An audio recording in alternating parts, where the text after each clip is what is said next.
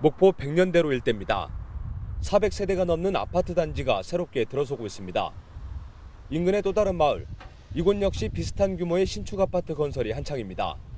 최근 들어선 40층이 넘는 초고층 아파트도 들어서고 있습니다. 보시는 것처럼 마무리 공사가 한창인 42층 높이의 주상복합 아파트는 오는 10월 입주를 앞뒀고 앞으로도 하당 신도심에 49층짜리 아파트 한 곳이 더 들어설 예정입니다.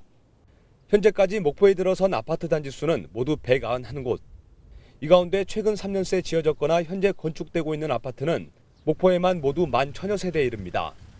신규 물량 6,000세대 가운데 원도심은 4,000세대, 나머지는 하당 신도심과 오감동에 집중되면서 목포 지역 곳곳에 아파트 공급이 넘쳐나고 있습니다. 앞으로 지금 입주한 아파트가 8,000세대 이상 되고 지금 입주한 아파트가 또 몇천 세대 되고 그 정도 되겠네요.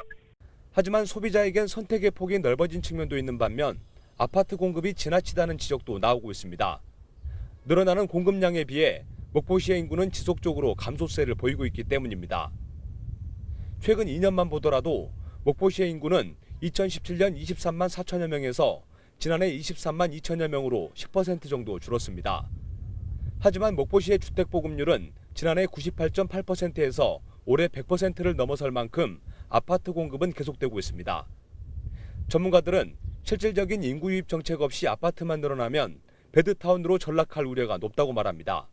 현재 우리 인구 구조로 보거나 또 당분간 인구가 급격히 증가할 가능성이 별로 없다는 측면에서 아파트에 지금 신축이 늘어나는 것은 전체적으로 이제 수급의 불균형을 초래할 수가 있습니다.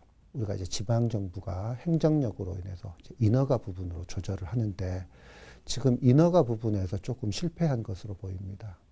게다가 주택 보급률을 고려하지 않고 신규 물건만 늘리다 보면 자칫 미분양으로 이어질 수 있는 문제점도 있습니다. 실제로 목포는 지난해 11월 미분양 주택이 500세대를 넘어 미분양 관리 지역에 지정됐습니다. 미분양으로 인한 업체 부도를 우려해 투자에 신중을 기해야 한다는 뜻인데 목포는 이달 말까지 유효한 상태입니다.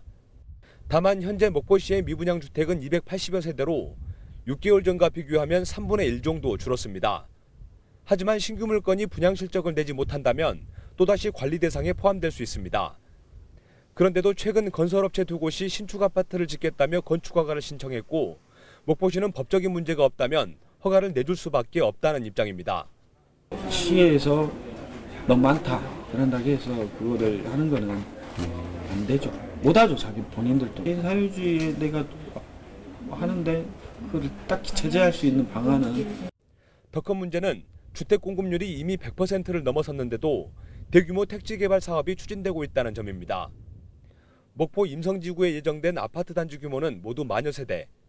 택지 개발에 반대하는 일부 원주민들은 매주 시청을 찾아 항의 집회를 이어가고 있지만 여전히 합의점은 찾지 못한 상태입니다. 생존권을 보장하라! 이런 상황에서 최근 들어선 공원 일몰제 시행도 앞두고 있어 난개발마저 우려되고 있습니다. 오랫동안 도심지의 공원으로 묶여있던 땅들이 내년 7월부터 개발 제한이 풀리면 민간업체가 아파트 건설에 뛰어들 가능성이 높기 때문입니다. 실제로 이곳 산정공원 일대가 공원 일몰제 문제와 맞닿아 있습니다. 민간업체가 자본을 들여 공원을 개발해주는 대신 아파트 건설도 함께 추진하고 있기 때문입니다. 산정공원 면적의 78%는 공원을 조성하고 나머지는 1,800여 세대의 아파트를 건설하겠다는 게 건설사의 입장. 이 같은 계획이 알려지자 인근 아파트 주민들의 반발이 커지고 있습니다. 주민들은 대규모 아파트 단지로 인근 아파트가 포위되고 출퇴근 시간 교통 혼잡이 생길 수 있다며 우려의 목소리를 높이고 있습니다.